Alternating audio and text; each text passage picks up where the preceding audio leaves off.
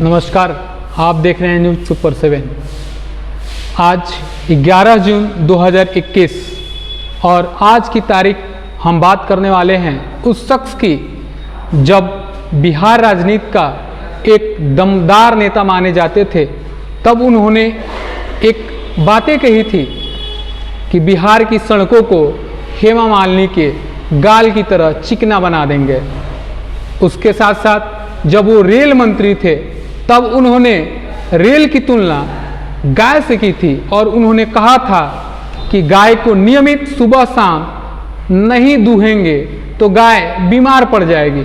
जी हाँ, आप सही समझ रहे हैं। हम उस शख्स की बात करने वाले हैं जो बिहार राजनीति में अपना एक अहम स्थान रखते हैं और उस शख्स का नाम है लालू प्रसाद यादव।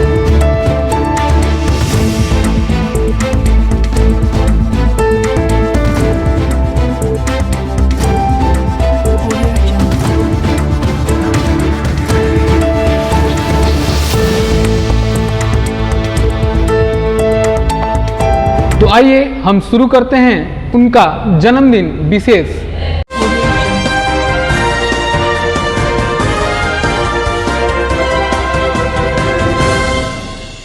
सुबह से ही सारे सोशल मीडिया पर ट्रेंड कर रहा है लालू प्रसाद यादव गरीबों का मसीहा, मंडल का हीरो, क्योंकि आज लालू प्रसाद यादव जी का 74वां जन्मदिन है और पूरा राजद परिवार उनका जन्मदिन हर्षोल्लास धूम धड़ाका के साथ न मनाते हुए कोरोना अवधि को देखते हुए, जहां पर सोशल डिस्टेंसिंग सबसे ज़्यादा जरूरी है, ऐसे में राजद परिवार ने यह तय किया है कि लालू प्रसाद यादव जी का जन्मदिन गरीबों में खाना बांटकर मनाया जाएगा। लालू प्रसाद यादव जी जब एक वेबसाइट को इंटरव्यू दे रहे थे तब उन्होंने एक चीज़ बताया था कि उनका जन्मदिन कब है यह उन्हें खुद नहीं पता है। चूँकि माता पिता रहे नहीं तो माता पिता भी नहीं बता सकते हैं कि उनका जन्म दिवस कब है, लेकिन फिर भी आज के दिन 11 जून को जन्मदिन मनाया जाता है। ऐसा क्यों? क्योंकि 11 जून उनके सभी शैक्षणिक दस्तावेज पर अंकित हैं, इसीलिए आज के दिन उनका जन्मदिन मनाया जाता है।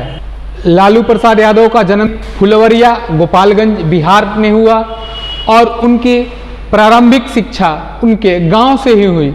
तत्पश्चात लालू प्रसाद यादव का दाखिला पटना विश्वविद्यालय में हुआ और उनकी प्रारंभिक शिक्षा के बाद की शिक्षा पटना विश्वविद्यालय से शुरू हुई। पटना विश्वविद्यालय में लालू प्रसाद यादव के बड़े भाई प्यून का काम किया करते थे। तब लालू प्रसाद यादव जी उन्हीं के घर पर उन्हीं के रूम में रहकर अपना सारा शैक्षणिक शिक्षा आगे की तरफ पटना विश्वविद्यालय से पूरा किए। ऐसा लोग कहते हैं कि लालू प्रसाद यादव बहुत कम पढ़े लिखे नेताओं में से माने जाते हैं, लेकिन हम आपको बता दें कि लालू प्रसाद यादव जी राजनीति शास्त्र से MA और उसके साथ साथ LLB भी किए हुए हैं। 1970 पटना विश्वविद्यालय में जब चुनाव हो रहा था तब लालू प्रसाद यादव जनरल सेक्रेटरी के पद पर चुनाव लड़े थे। लालू प्रसाद यादव, जो हम आपको बता दें एक और रोचक तथ्य, JP जयप्रकाश नारायण बिहार में एक दमदार नेता माने जाते थे और लालू प्रसाद यादव उनके सबसे होनहार, सबसे मेहनती छात्र शिष्य में से एक माने जाते थे।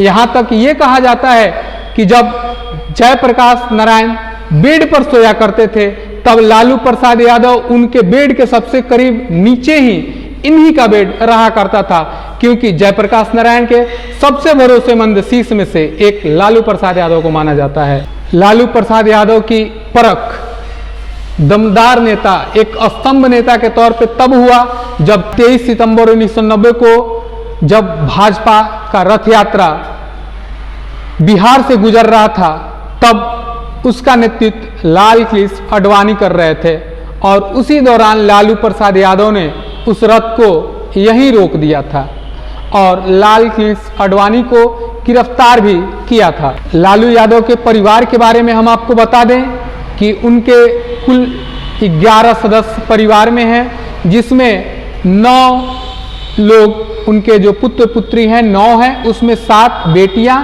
और 2 बेटे हैं।